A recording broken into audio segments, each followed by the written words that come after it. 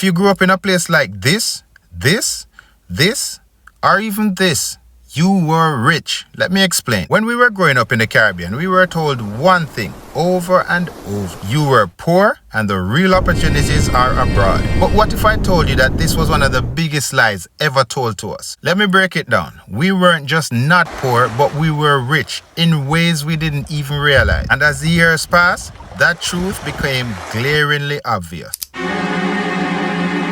First of all, who came up with the idea that having fresh air, a backyard full of mango trees, and the freedom to run about barefooted was poverty? They had us thinking that not having the latest gadgets or fast food meant we were behind. Now, looking back, the joke is on them. While many countries were drowning in processed foods and pollution, we were eating real food straight from the land. Breadfruit roasting on an open flame, ackee and saltfish and dumpling, and ripe bananas picked fresh from the tree. Those weren't just meals, they were luxury in disguise. Organic food is now $1 billion industry abroad, but we had it for free. What a thingy? Now let's talk about health. While other nations were struggling with obesity and heart disease from their modern diet, we were running around like track stars, fueled by natural nutrients and sun-kissed fruit. Or, we were living like royalty.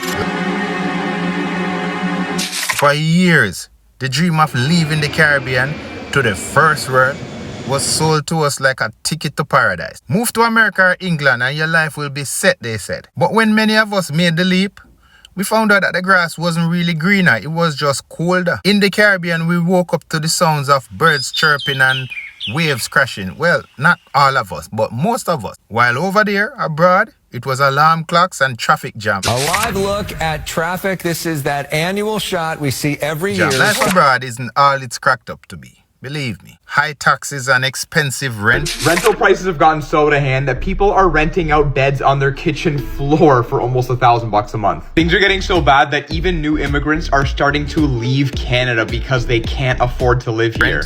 And long winters that have you questioning your life choices. And here's the irony.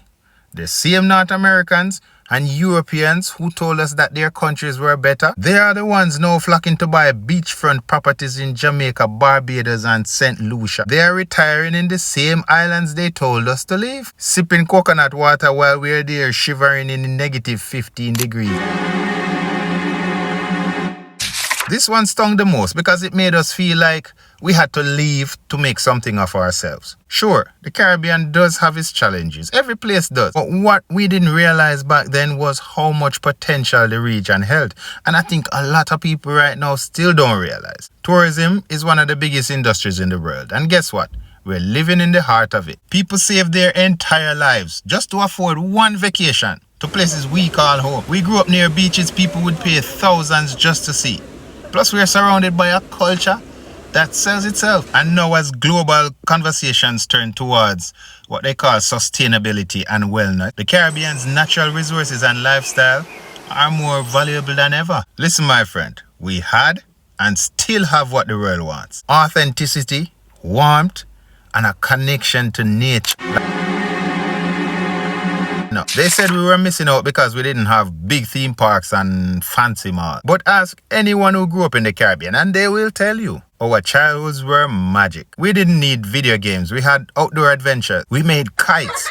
I remember making the kites from scraps of paper and bamboo and string. We played cricket in the streets and swam in rivers that seemed endless. We were free, truly free. No screens, no artificial fun. Just pure imagination and connection. Compare that to kids today, glued to their devices, barely stepping outside. If you really grew up in the Caribbean, you'd know the joy of catching guppies in a bottle or tiki-tiki, climbing a tree and picking guinea. Those memories to me are priceless. And no amusement park can ever compete. This one is almost laughable now. The same countries that called us poor are now eyeing our resources, our culture and lifestyle like hawks. Our music, reggae, dancehall, soca has influenced global trends. Our food, oh my gosh, don't even talk about that.